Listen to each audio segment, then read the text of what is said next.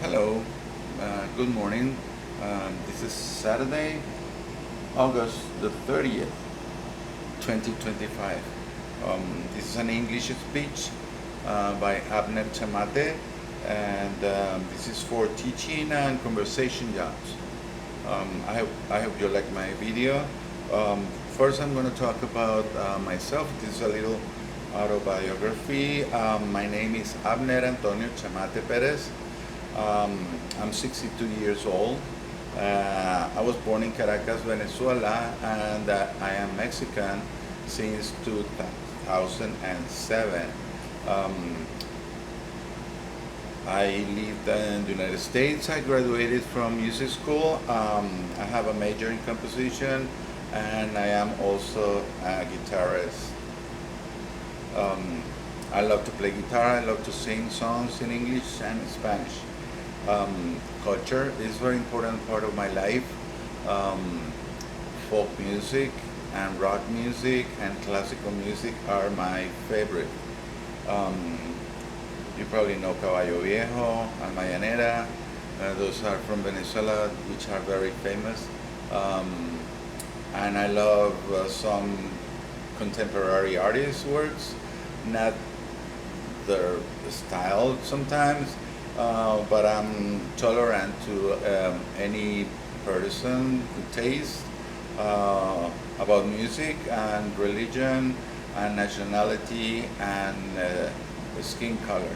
So I think it's very important to respect everyone's age and culture. Okay, that's about me. Maybe I can talk a little bit about music and how I got involved with music, so I can explain some things in English. Music is very important part of my life since I was a young kid. At 3 or 4 years old, I was singing like Rafael and Sandra songs in Spanish. And I learned to play the cuatro first, which is a Venezuelan four-string instrument. And when I was about 15 years old, I decided to play like Paco de Lucia. Oh no, sorry. I wanted to play like John Lennon. Basically, I wanted to play songs. I wanted to sing like him, and to be as famous as the Beatles. Of course, I encounter other artists that I love, like Stevie Wonder, Frank Sinatra, Queen, Pink Floyd, and there's a rock band called Boston, and another one called Kansas, and Chicago. Those are bands with United States states names, and they were very famous during the 70s, the 80s, especially. Okay, 70s and 80s, and we are in 2025. So these people are probably, well, Paul McCartney is still, strong and making records. So he will have a record out soon with new songs. I write songs as well. I've done music for theater, for film, advertising, and for concerts. Um, you can check my YouTube channel if you want to listen to some of my music and some other covers I've done with bands here in Mexico, Chihuahua specifically, and in Florida. Okay, Sunrise. For Venezuela, I have very deep and emotional feelings about my country, where I was born. My mother was born there. My father was born there. My father is deceased for a year already. Of course, he was almost 100 years old. He had a great life, by the way. And my mom, she's still alive. She's 91. She just turned 91, August 25th. I have two sons. One is in Venezuela. He's about 30 years old. And my other son is 20 years old. He is from Chihuahua. Um, okay, so that's my experience with music. It's been very professional, very academic. Um, my last job was teaching guitar and bass and piano and voice, some music schools in Florida. Okay, now I'm back to Chihuahua, um, and I love to be here. I have a lot of friends here, I have a lot of opportunities here, and I think I'm going to grow very good and very happy here. Um, Teaching or doing other jobs related to culture and music. Okay, let's talk about the language. As I mentioned, music and singing is a very important part of my experience, and I learned a lot of English pronunciation and sentence structure by singing songs that I didn't understand because music is not like a video. You listen to the music and you have just to pronounce, but you know some words. And a lot of songs are about love, um, about struggles, about family and beliefs and friends and the places. I love songs about places. Corrido de Chihuahua is one of my favorite songs. Um, and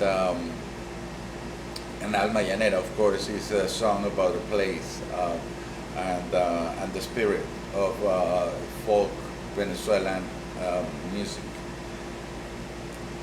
Okay, so English is related first as a Spanish for me because I was very young when I was in Los Angeles with my brother and my mother. I started at very young age. I was about 8 years old when I first got contact with the English-speaking people, and that elementary school in Hollywood, by the way, California. I was learning by direct contact with the people that were talking. Later in life, then I started to do the music. I studied in Venezuela, but I was involved with some rock bands, and they wanted to play Van Halen or Genesis or other rock bands of the 70s and the 80s. So I learned the songs. I love Rush as well. That's a Canadian band, a trio that are very talented and very good musicians. So that's the first part I learned by talking and trying not to feel incapable of learning something. So I was already confident enough when I was very young that I could learn things by listening carefully and watching other people interact, communication, and good communication is very important. Okay, you don't learn from people yelling at each other or in a very dangerous situation. Okay, you need to learn from something when people are caring for each other and they want the other person to understand and communicate properly. So first it was like very intuitive, that's I would say, and music of course is very intuitive for me. That's why I feel like I'm very natural as a musician, but I am also trained and academic because I value the books, I value the story, and a lot of experience coming from very good musicians, not only popular, but musicians conducting orchestras and choirs and at church as well. I mean, you need to be very focused and devoted, to what you're doing, and that's what I think about learning something. And my learning experience for English and music is very similar. It's from books and from people. Okay, you need a balance in there. Of course, today we have internet and we have social media, and YouTube is a phenomenal tool for learning. Um, but direct contact with the people, students, family, friends, is very important to develop your own communication skills. Okay, let's go then to the academic part of this. When I turned 18 years, of course I was already in high school, but I wanted to go to university. Um, so to go to university in Philadelphia, I had to do the TOEFL test.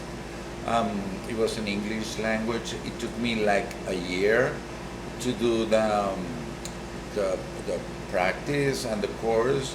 Um, I went to some group of learning English class just for the exam, just to get past the exam, to have the opportunity to enter university. I had a scholarship already approved for studying music in the United States.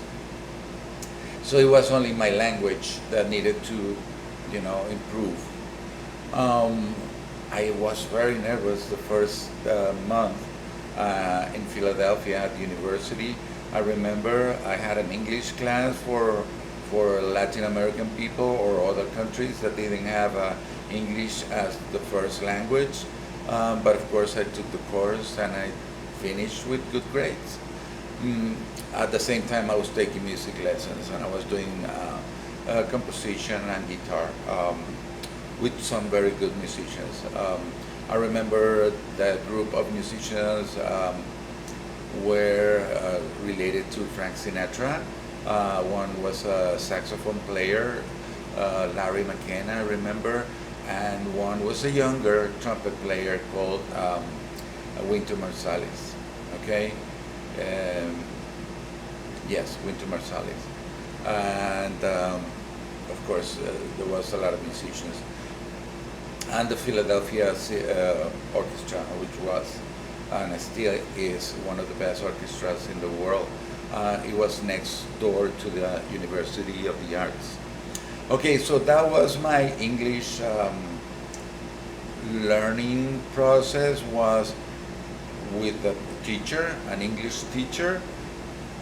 Of course, I had other English teacher at high school and at elementary school as well. And I had other, like languages, like French and German, and I know some Italian because musicians have a lot of singing in Italian and French.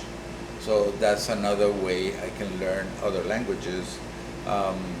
Besides English, you have a lot of songs in Italian, beautiful songs, especially opera arias, beautiful music. And in French, well, I can go on and on with the speaking European languages. Of course, English is an European language, and I understand that maybe the British accent easier than American accent because my ear was trained intuitively by the songs by British bands. Okay, but this British band had a lot of influence from American blues bands. So I guess there's some interaction. It was like global phenomena with music and the language of English. It was very important during the 60s. Of course, I was very young, and that's how I'm coming from that time. Anyway. I was born in 1963. The Beatles, the first album was made in 1963. Okay, still have like 5 more minutes to do some English grammar explanation. Okay, so I found this material that I can work with. This is a little book. It's called Evidence Checker. And does your argument hold water? That's That's the title of this. Okay, this is her introduction. I'm Mary Pat from Just Add Students. My goal is to help hardworking teachers like you do more of what you love, teach. That's why I create resources that will simplify your workload and let you focus your energy on your students, not planning, searching, and creating lessons. I'm thrilled to share the resource with you, and I hope it makes your teaching life easier.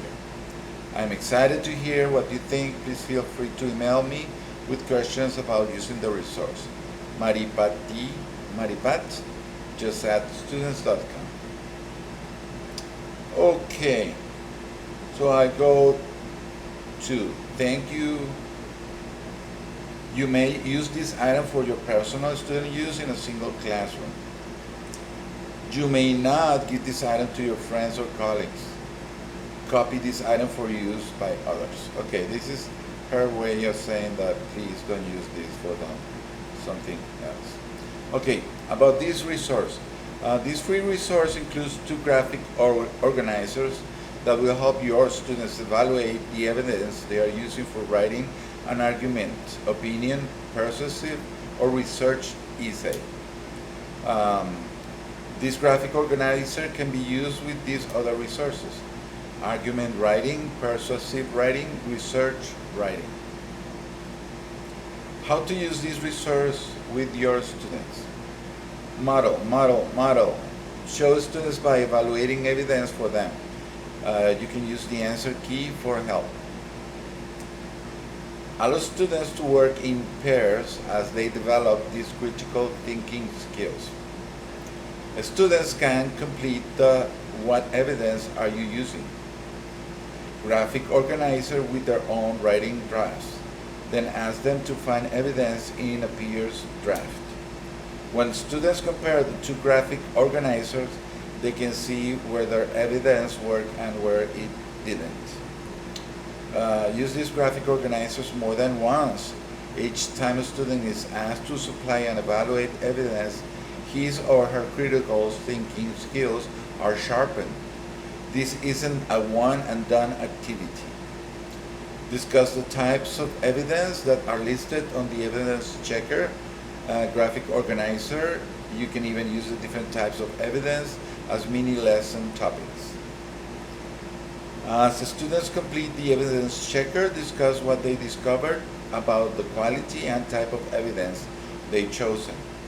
Encourage students to seek a variety of types of evidence, both primary and secondary.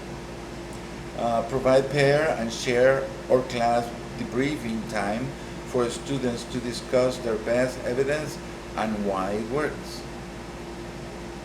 If you have students with opposing claims, allow them to compare their evidence and consider how they can make their own arguments better with evidence.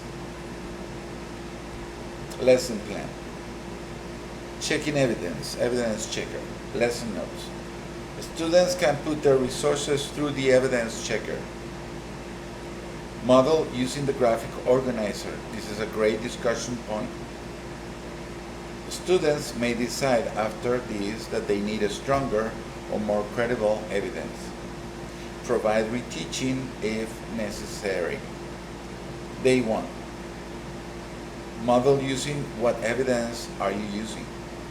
Allow students to fill in for their own writing topic. Day 2. Model using evidence checker using the evidence you use on day 1. Allow students to check the evidence they listed on day 1.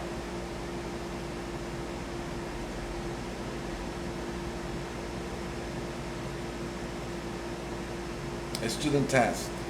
Use the graphic organizer to prove how your evidence supports your claim.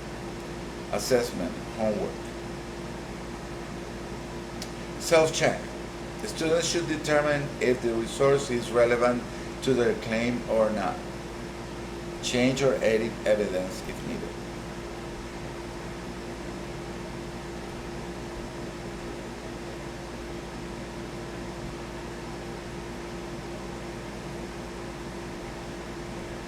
Okay, the graphic organizer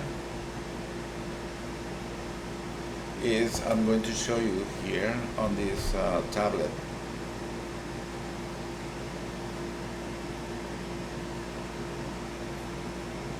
Okay, it is in a structured document that it needs to fill.